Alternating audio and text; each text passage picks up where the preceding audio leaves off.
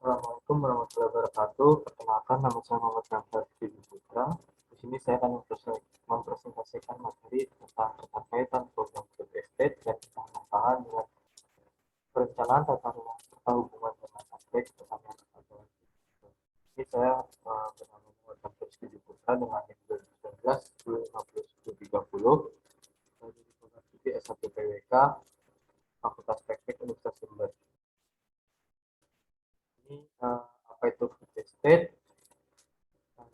Ini itu adalah sebuah program jangka panjang pemerintah Indonesia yang berguna untuk menjaga ketahanan pangan dalam negeri. Program food estate ini memiliki konsep pengembangan pangan yang dilakukan secara terintegrasi, mencakup hortikultura, tanaman pangan, perkebunan, bahkan peternakan dalam suatu kawasan tertentu. Di belakang dalam pengembangan food estate ini dikarenakan melonjaknya permintaan pangan dunia yang sebanding dengan pertumbuhan penduduk dan ketersediaan lahan yang potensial yang dapat dijadikan sebagai cadangan pangan yang cukup luas. Jadi food estate ini untuk fokusnya untuk pangan di suatu negara atau wilayah. Tujuan food estate ini utamanya itu dari produk food estate yaitu ketersediaan pangan yang memadai untuk seluruh rakyat menjadi fokus utama kementeriannya. Hal ini sejalan dengan tujuan pembangunan pertahanan nasional, yaitu menyediakan pangan untuk seluruh rakyat, kesejahteraan petani dan menggenjot ekspor. Jadi kampanye untuk mengurangi seperti pertanian maupun perkebunan. Lokasi-lokasi food estate di Indonesia yaitu ada di food estate berbasis hortikultura di Desa Diaria, Kecamatan Polong, Kabupaten Subang, Hasundutan, Sumatera Utara. Yang kedua ada food estate berbasis tanaman pangan di Kalimantan Tengah, lalu ada juga food estate di Sumbar Tengah, Nusa Tenggara. Lalu di sini saya akan sampai ke ketahanan pangan. Ketahanan pangan adalah kondisi terpenuhinya pangan bagi negara sampai dengan perseorangan yang tercermin dari tersedianya pangan yang cukup, baik jumlah maupun mutunya aman, beragam, bergizi, merata, dan terjangkau, serta tidak bertentangan dengan agama, keyakinan, dan budaya masyarakat untuk dapat hidup sehat, aktif, dan produktif secara berkelanjutan.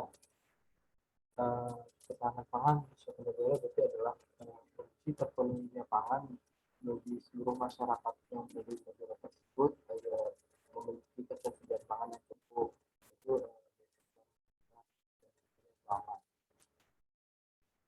Lalu program-program ketahanan pangan yang sudah diterapkan di Indonesia itu ada pertama adalah pemantapan panganeka-ragaman konsumsi dan keamanan pangan, yaitu ada program pekarangan pangan lestari. Kegiatan P2L dilaksanakan untuk meningkatkan ketersediaan, aksesibilitas, dan pemanfaatan pangan dalam rangka mewujudkan ketahanan pangan rumah tangga yang mendukung program pemerintah penanganan prioritas. Intervensi penerangan stunting. Kegiatan ini dilakukan melalui pemanfaatan lahan pekarangan, lahan tidur, dan lahan kosong yang tidak produktif sebagai penghasil pangan dalam memenuhi pangan dan gizi rumah tangga, serta berorientasi pasar untuk meningkatkan pendapatan rumah tangga. Ini adalah kerangka pikir pekarangan pangan lestari, yaitu ada analisis pola konsumsi yang beragam, capaian pemenuhan pangan serta jangka kualitas stunting.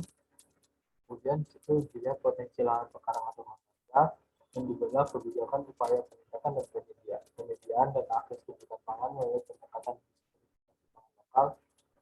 Itu adalah pendekatan pertanian berkelanjutan, kearifan lokal, pengaduan masyarakat, dan prioritas pasar.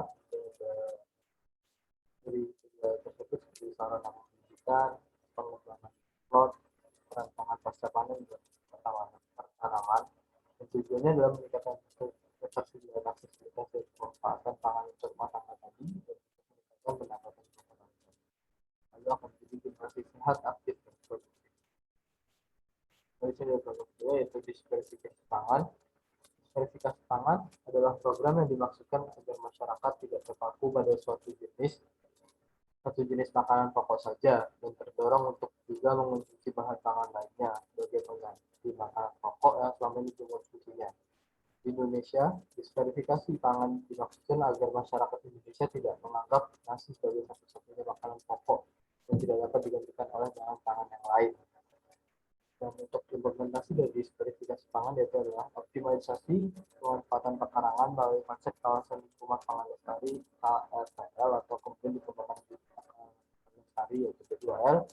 Lalu ada mode pengembangan pokok lokal P3L, kemudian dikembangkan menjadi pengembangan pangan pokok lokal atau P3L. Ini dari sosialisasi, promosi, dan fintech N2L. Yang ketiga ada penguatan keamanan dan mutu pangan segar. Nah, penguatan keamanan dan mutu pangan segar ini dilihat dari asal tujuan diselenggarakan melalui pengawasan produk sebelum diedarkan atau pre-market dengan memberikan jaminan keamanan dan mutu pangan serta pengawasan pangan produk setelah beredar atau pre-market. Pemberian jaminan keamanan dan mutu pangan pre-market dilakukan dalam bentuk registrasi dan sertifikasi PSHP. Sedangkan pengawasan post-market dilaksanakan dalam bentuk pengawasan PSHP yang beredar baik secara reguler maupun insidentil. Lalu kedua adalah pemantapan sistem distribusi dan stabilitas harga pangan. Stabilisasi pasokan dan harga pangan melalui fasilitas Toko Tani Indonesia atau TTI atau TTID. Itu menurut Undang-Undang Nomor 18 Tahun 2012 tentang pangan, pemerintah berkewajiban mengelola stabilisasi pasokan, harga pangan dan sistem distribusi pangan. Pemerintah dalam hal ini pusat dan daerah memiliki tugas untuk mengembangkan sistem distribusi atau seluruh wilayah negara Indonesia secara efektif dan efisien. Ada fasilitasi distribusi pangan pada tahun 2021 itu akan dilakukan kegiatan fasilitasi distribusi pangan sebagai upaya untuk stabilisasi harga dan pasokan pangan dengan memberikan insentif berupa penggantian biaya distribusi untuk transportasi dan kepada pemasok PMK atau PPIC untuk komoditas pangan khususnya 10 pangan pokok.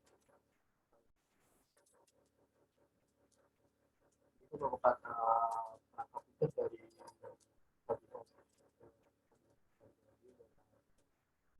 pertama dari distributor, dari pangan, masyarakat, lalu menghasilkan hasil produksi, dan untuk pemodal aliran anggaran yaitu dari pemerintah langsung dana dari profesi distributor, pemerintah lalu ke pasar lalu ada juga bentuk sendiri adalah kur kepada polisi yaitu permodalan pembelian bahan pangan barang beras 100%. Komoditas yaitu beras, cabai, bawang merah, bawang putih, telur, daging ayam, daging sapi, minyak goreng, gula pasir, dan lain-lain. Sistem logistik pangan nasional.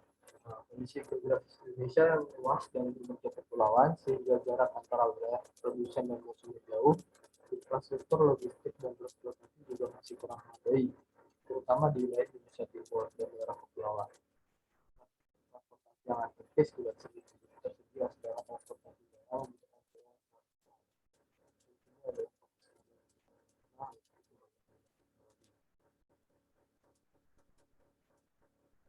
strategi pengembangan sistem logistik pangan yaitu yang pertama ada peningkatan produksi pada pendekatan produksi ke konsumen, penambahan area tanah baru atau PABU pada wilayah defisit, dua penyediaan input produksi atau peningkatan pupuk, dua penyediaan sarana air prasarana kedua adalah perbaikan sistem distribusi, meningkatkan lancar distribusi pangan. Contohnya itu adalah penjagaan rantai pasok dan intervensi distribusi, juga pengembangan nasional dan regional food hub, itu adalah pengembangan sistem logistik pangan berbasis digital. Ketiga adalah kelembagaan distribusi pangan, koordinasi dan sinergitas pelaku logistik. Itu program pengembangan peran pelaku logistik, petani, pedagang, pelaku jasa logistik, pembentukan lembaga logistik pangan pusat dan daerah BUMN atau provinsi, dan harmonisasi peraturan kebijakan sistem logistik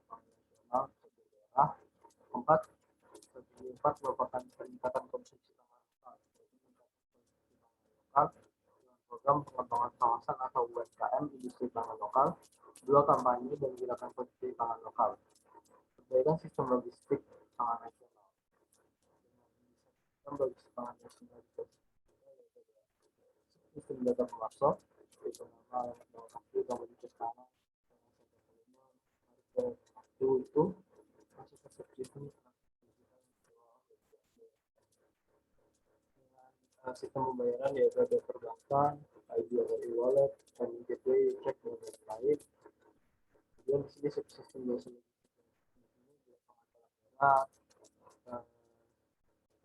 pelabuhan dan daerah asal, transportasi, kemudian pelabuhan daerah asal.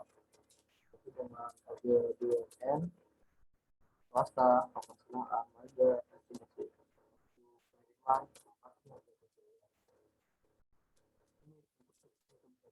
itu pangan dan pengembangan distributor itu adalah pasar, mereka retail atau pengedar, dan ke konsumen kebutuhan kualitas dari doang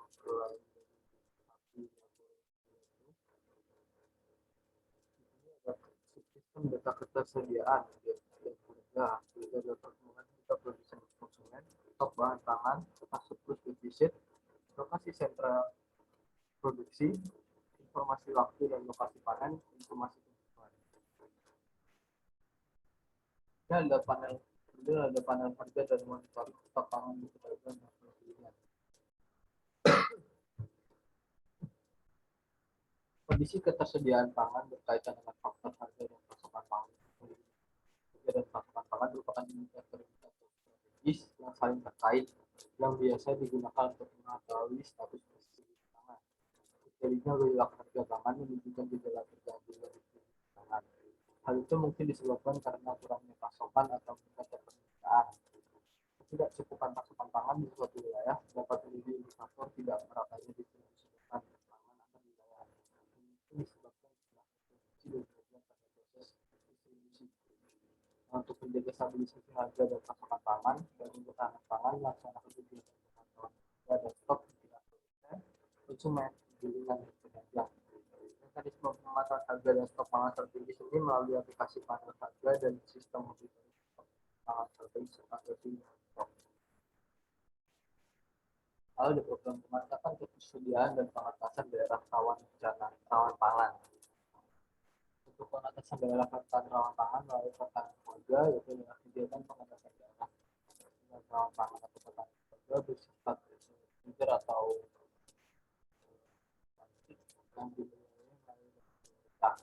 diharapkan dapat meningkatkan ketersediaan, keterjangkauan, dan pemanfaatan pangan warga yang sesuai dengan kebutuhan gizi seimbang dan akan meningkatkan status daerah rentan rawan pangan, tahan pangan, dan daerah yang sudah tahan pangan tidak menurun statusnya menjadi bukan kurang serta meningkatkan pendapatan keluarga. Untuk meningkatkan pendapatan keluarga digunakan untuk kegiatan usaha budaya, antara lain komunitas tanaman pangan dan atau komunitas hortikultura seperti sayuran dan buah-buahan musim dan atau komunitas peternakan seperti ternak hias dan ternak kecil dan atau perikanan ikan air tawar.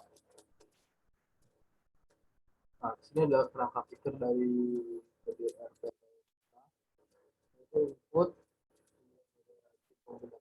dukungan lintas sektor dan teknis kabupaten kota itu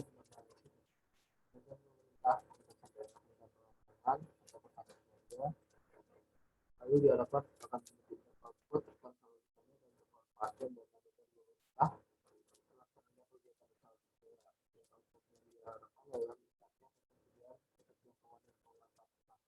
petani yang sesuai dengan kebutuhan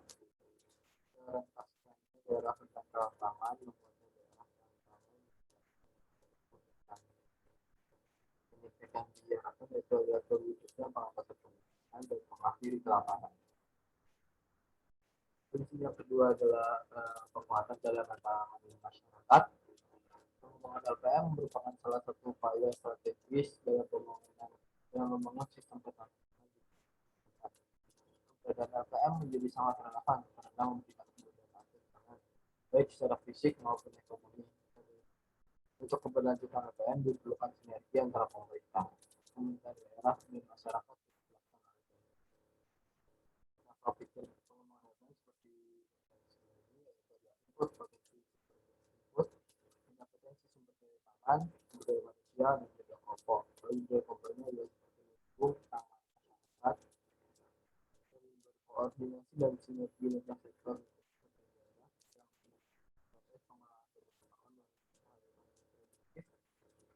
jualan sebelum kita jual sehingga tidak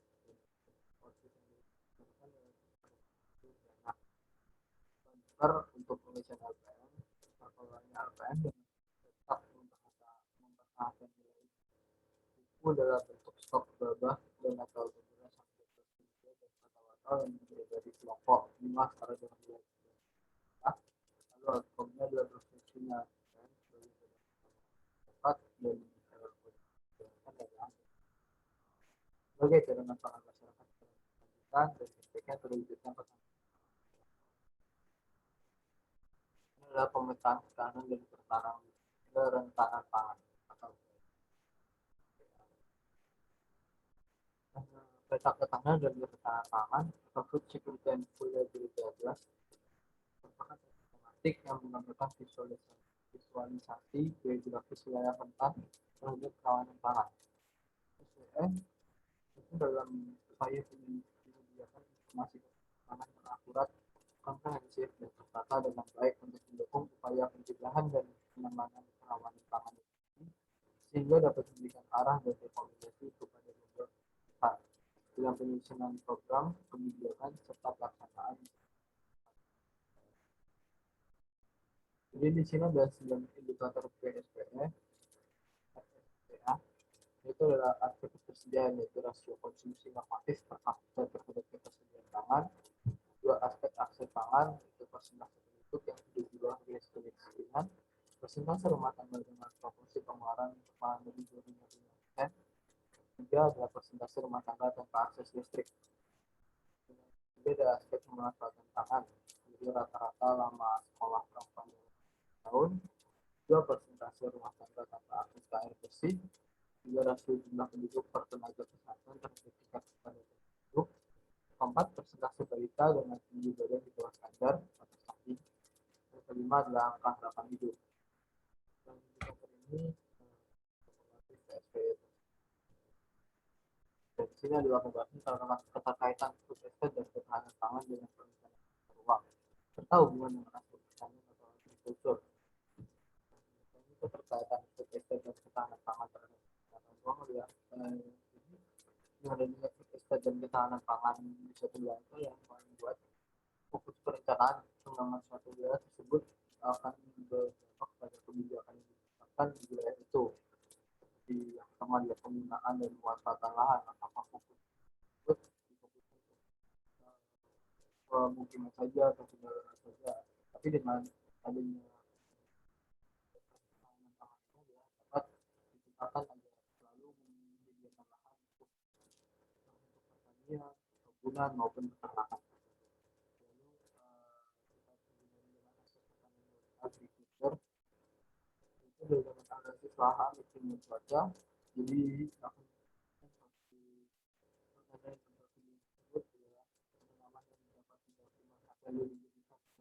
akan dan fokuskan untuk ketahanan pangan wilayah tersebut seperti berdasarkan iklim dan cuaca di lokasi tersebut adalah untuk fokus untuk penanaman singkong maupun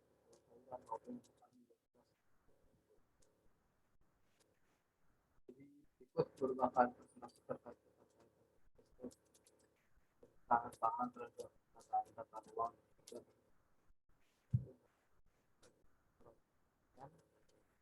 saya mau bacakan ya. Mohon maaf apabila ada salah yang dapat